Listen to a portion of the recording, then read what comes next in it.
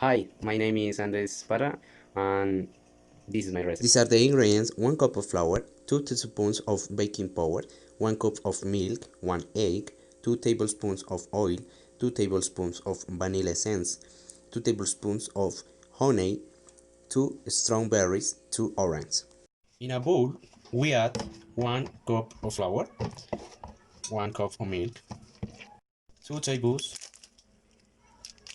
1 tablespoon of vanilla essence, and 1 egg. This is the bed. The dough is left to rest for 5 minutes. Meanwhile, we wash orange and strawberries. We cut strawberry and the orange.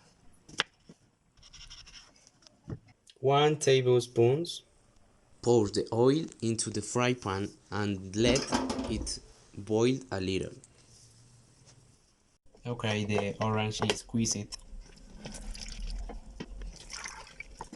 We put a spoonful on the dog and spread it.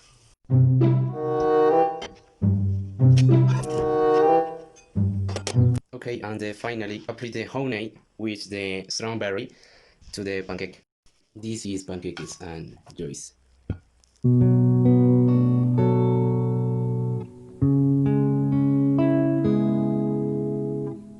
And other recipes in the next video.